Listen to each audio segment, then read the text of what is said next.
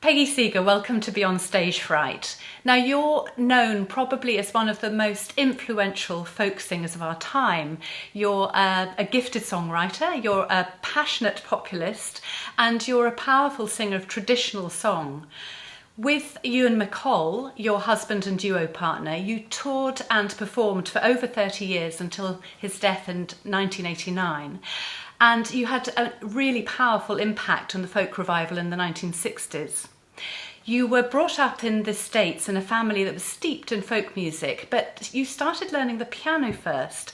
And I was interested in that because it seems to be different from the other folk instruments that you later started learning. And I wondered whether there was anything different in learning and playing the piano. My mother was a composer. She's now known as the best female composer of modernist music of the 1900s. Her output was not great, but the output was astounding. I didn't know about her work until I was in my 30s, because for some reason nobody ever talked about it in the family. She was a beautiful piano player, and very wisely she waited until I asked for piano lessons to give them to me. That was when I was about 6. And then we just played on the piano. I didn't learn scales or theory or anything. We just played, telling fairy stories, Little Red Riding Hood, and then along comes the wolf, and she would, hit the piano keys and be the wolf, and then Red Riding Hood. But I started playing piano seriously when I was about 12, because my mother played music every night for my dad, classical music, and she was a lovely player. So we would go to sleep with this beautiful piano playing, whatever she decided to play. So she taught me classical music, and she also taught me how to play by ear, even though she didn't play much by ear herself. But so that classical thread ran alongside of her work in folk music transcription. So we were hearing folk music songs being transcribed by day and classical music being heard by night. It was extraordinary when I look back on it, because I have both of those strains running through me. I had terrific nerves when I tried to play anything classical for anybody. I don't know why. Recitals just terrified me. I put it all into one phrase, i.e., that I never got through a recital in one piece or one piece in a recital. I just didn't. One slight wrong note and I would panic, and then I would be afraid of another one. Whereas folk music, you play what you want and when you want, and you improvise as you go along. But I would not venture anything classical, but I have the classical knowledge. So what do you think was the difference between playing classical piano and folk on the other instruments? Well, because you had to play exactly the right notes, exactly in classical. And do you have any form of performance anxiety when you play folk music, play and sing? Not anymore. I had it very severely till about 10 or 15 years ago. I wasn't ever nervous when I was on stage with Ewan MacColl. When he died, I went out on my own.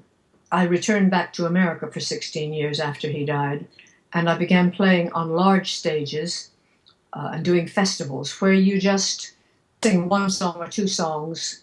You're part of a group, or you're asked to come on at this time and just do one song. In other words, right away, sing. I'm happiest when I have the whole concert to myself, and I'm never nervous with that. Never. Because I'm in total control of the show. I'm in control of the state that the audience is in. These days I probably start getting nervous because my hands are beginning to fail me with arthritis. I've got bad arthritis. But folk music is definitely very different. You put your own stamp on it. And if you make a mistake in folk music, I have my way of getting out of it. Or you just say, oh, what the hell? There's no person who's watching the score and saying, oh, you played that C sharp, it should have been a C. You don't have that. I think classical playing I would love to be able to do it, and I just love listening to it. But I'm more at home being a folk singer. What do you feel really helps you perform as a singer? I sing a lot on the day. I now make programs. I write it out because I know a huge number of songs, and sometimes I try to bring one or two out that I haven't done in a long time. And so I have to check that I can really remember those. My memory is pretty good. I'm 80, but my memory is pretty good for remembering songs. For actual stage fright, one of the things I really like to do, say the concert begins at 8, at 7:45, I'll walk out to the audience and talk to people. Because that way, you know, it's a funny thing. You can sometimes feel that the audience is hostile to you. If you're afraid, what are they going to think? You don't know who they are. The lights come on and they're in your eyes and you don't see who's out there. But if I go out 15 minutes before the show starts, I know who's out there. And I can talk to somebody, and if I get any fright of any sort, I will sing to that person I have talked to, and I'll look at them and I will sing to them because we have had a contact. And that works beautifully for me. It really does. Also, I have to be rested in the afternoon. I rest every afternoon. Try not to get upset about politics or anything like that on the day. I have to eat at a certain time so that digestion doesn't get in the way of the singing. But I don't have stage fright anymore. I don't have it, which is really nice. So what was the change? You said you had it before. I didn't have it when I was 18, 19, and 20. I was fearless, absolutely fearless. Then I began to sing with Ewan MacColl, and we sang all around England. My stage fright came when I was singing for my family, for my brother Pete, for my brother Mike, for my father Charlie, because they knew what the folk songs should sound like. My father said once, he says, "Peggy, I can hear you thinking when you accompany a folk song." And I don't think he meant it as a compliment. You know, he wanted it just to roll out and not have any pre-thinking. I've sometimes gotten over clever in my accompaniments, that they begin to sound a little bit contrived, some of them. So there are tricks that people have. Mine is really talking to the audience. If I am in any way concerned at the beginning, I'll just sit down and talk to them at the beginning. You know, I've had a bad day. You know, the traffic has been terrible. But, you know, I'm really glad to be here, and, you know, you'll make my day right. And then you sing. What happens when things go wrong on stage? How do you manage that? Well, when performers get together, a lot of us talk about the gig from hell. Now I just manage it with laughter. I mean, I've been on a stage where the curtain has been brought down in the middle of a song because of union rules. I've been on stage where the microphone came up through the floor. This was a festival, through the floor of a stage. And it was a very long stalk that the microphone was on, and somebody hadn't secured it. So I'm sitting singing, and I see the microphone just going slowly down, like it's just moving down. Fortunately, it was a fairly short song, and it was funny, so I just followed it down, and everybody thought that was very funny. So if I forget the words these days, which is fairly rare, I just make a joke. You know, I have a photographic memory, but I don't have same-day service. So there are lots of ways of getting around it, but you have to be compassionate with yourself. Because for the most part, with folk musicians didn't look on themselves as performers. They were members of a community, and many of the community knew their songs. And you owe it to the songs to do as best you can. They've been handed down to you from generations of people who've treasured them and handed them on. And so that's what I think I'm doing. So you're not just performing, you are a representative of a culture that's come before you, and you're representing it and handing it on. And it's weird, you know. people will come up to you and say, I heard you in 1963, and there was a song that you sang that said, and then they would give a line. And they have remembered that line all that time, and they've remembered 1963. How do you remember 1963? Oh, it was my first boy had been born the day before. But they remember that. And to me, that is just utterly precious, utterly precious. So how can you have stage fright? Stage fright, I think, I have trouble with remembering words. It's kind of like you have an ego, you have an impression of yourself, and you want to come up to that impression. You have to be perfect. You're on the stage, people are looking up to you, and you're here to entertain them. It's a hell of a responsibility. They've paid their money, they want to enjoy. So I think, first of all, looking at the audience and say, well, they've paid their money, they want to enjoy this. And you can enjoy it with them. It's a temporary community, and it'll never happen again. It's a unique experience. Just these people, just this night, just these songs, just this weather to come in from and go out to. It'll never be like this again. It's special. Everything, every performance is special. And that audience is generally not hostile. I mean, occasionally, if you don't sing that favorite song that they all want you to sing, then you're in trouble. And if you feel they're hostile, can you win them round? I haven't had a hostile audience for a long time. I had a song about President Bush, the second one, in the White House. As he was nearing the end of his reign, there was a little machine that appeared in America. It was just a little thing about the size of a cell phone, which was the Bush countdown. I don't know if you saw those. It would count down the number of days, weeks, seconds, months, till he was out. And so I would invite a member of the audience up to the stage to read this out between the verses so that we could realize time was going by nearer and nearer.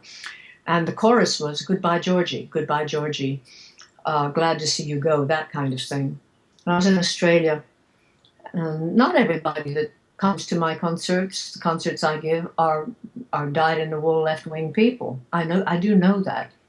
But this time there was this fellow who could have been taken for John Cleese, and he was sitting in the audience about 4 rows in, and he's there stiff as a ramrod. Everyone else is joining in, goodbye, Georgie, goodbye. He's sitting there with a zip lip that every now and then starts moving. Like this, So I stare at him while I'm singing, because it's obvious he doesn't like the politics. So he comes up in the interval with a big smile, and he said, I'm an American. I'm American, he says. I said, well, I kind of guess, and I think you're probably a Republican. He says, yes, I'm a Republican. He said, and I said, you didn't like that song. He said, no, I didn't. It's about our president. He said, but damn it, he said, that's a great chorus. And he was trying not to sing it. How do you keep your focus when you're performing? Well, I look forward to the next song each time. The songs focus you. You check on how long the applause has been for the one last. Sometimes you change your program because you feel you have to throw yourself out there and say, what kind of thing would I like to hear next if I was sitting out there? And sometimes the answer comes back to you, well, I think I would like such and such, and it's not the one that's on the program. So generally I trust my instinct for that and change the program around. But focus has never been a problem. You just sink yourself into the song. Every time the song comes on, it's got to be your favorite song at that time. When you're singing it, it's your favorite song. Then you go on to another favorite song. Otherwise, you can't do it justice. And you've made some recordings, haven't you? I mean, how do you find the whole recording studio in terms of nerves? I didn't like recording. I never liked recording. After my first, second, or third, something like that, when it was instinctive to sing, I got very nervous with recording. But I'm not anymore. Now, especially these days, I mean, you can cut and chop and change, and if you take 5 or 6 or 7 recordings of the same song, and if not one of them is perfect, you can feed in a little bit of something from another one. It's a little bit of cheating, but I'm not worried anymore with recording. How has everything changed as you've got more and more experienced over the years of all the performing you've done? I don't think it's changed much. The odd thing is being called an icon, which are these little things that are on the computer screen, or being called a legend. I'm not really very well known. I'm well known in my field. I'm well known in women's things, although I haven't written a good women's song well, no, that's not true. I have written a reasonable one recently about population, and that's a woman's thing. Well, it's an everybody thing. As far as stage fright is concerned, you can sometimes use it. Sometimes it helps to confide in the audience, because in a way they idolize you because you're up there. But part of them thinks they could do the same thing if they had the same privileges. And you have to understand when you're up there that there are people down there who would be terrified doing that. And I've occasionally come on stage not prepared, which is what stage fright is.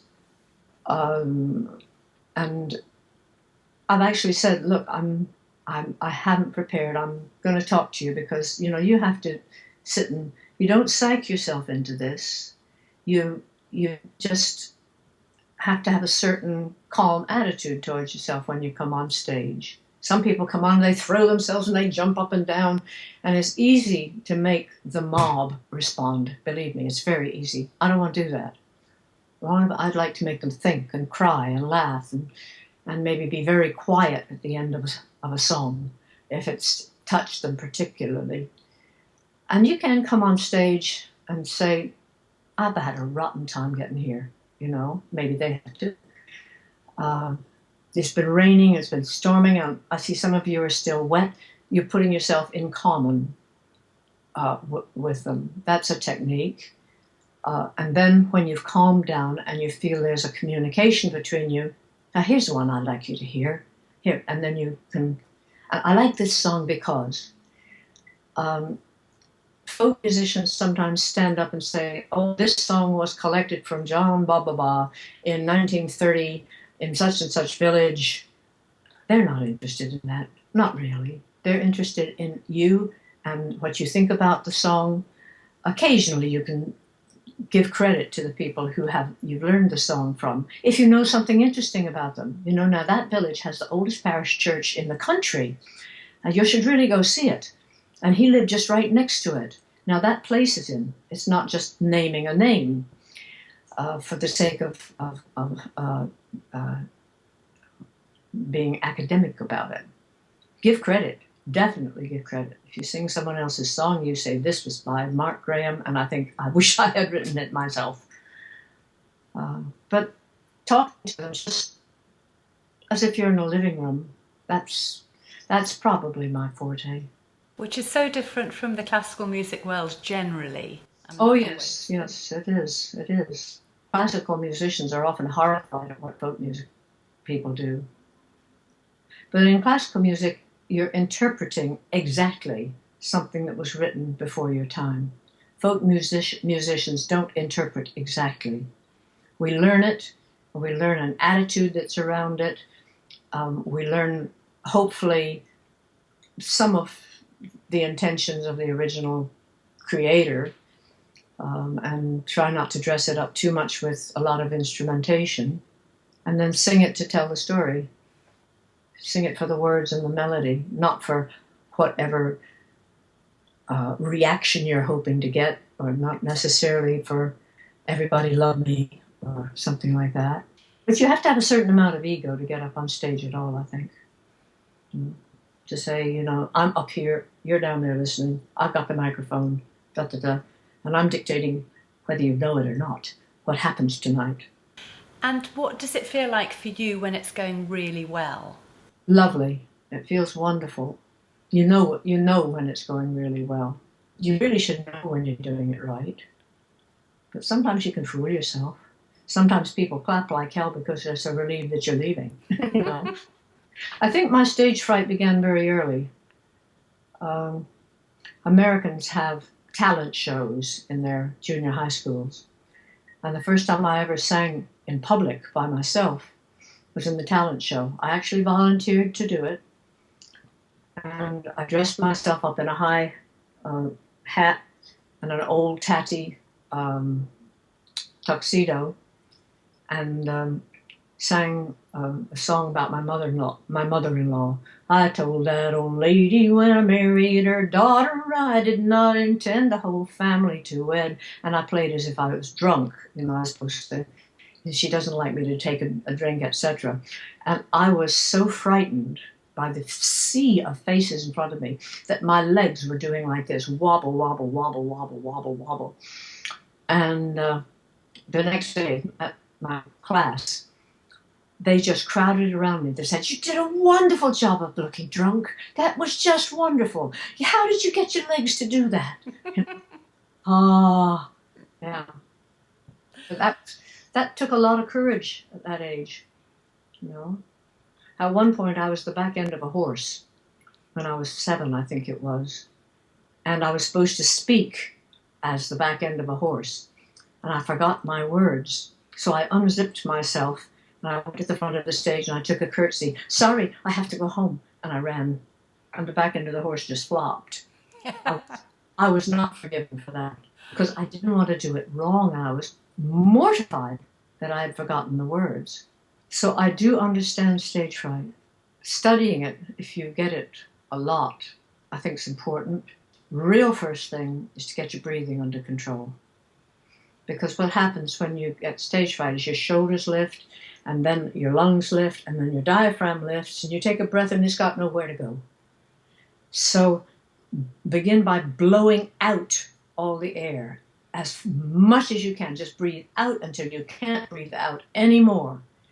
Drop your shoulders and let the air come in. And because you breathed so far out and you've dropped your shoulders, there's room there. And, you know, you don't just sit there and take a deep breath, because you can take a deep breath and there's no room. So letting it all out, your body will automatically create the room if you drop your shoulders. You know? Sometimes I find myself a little tense and I find that my shoulders are up like this, so you just drop them. And you drop them when there's a note you're worried about. You drop them when you want to go a high note. And you drop them and the rest of your body just hangs on your head. And it feels good, you know. Realizing your own tension is a very good thing to learn. Sitting quietly before you go on rather than talking to the media buds or taking a drink or, you know, having a good joke with people. Some people have different ways, but that's my way. I think it is a very brave thing to go on stage. It's difficult to separate the show-off from the real entertainer. You can take easy ways out to make the audience respond. They will always respond to loudness, fastness, trust your material. But that's just me. You know, that's just what I do. Peggy Seeger, thank you very much. I've really enjoyed talking with you. Okay, thanks for the opportunity. Thank you.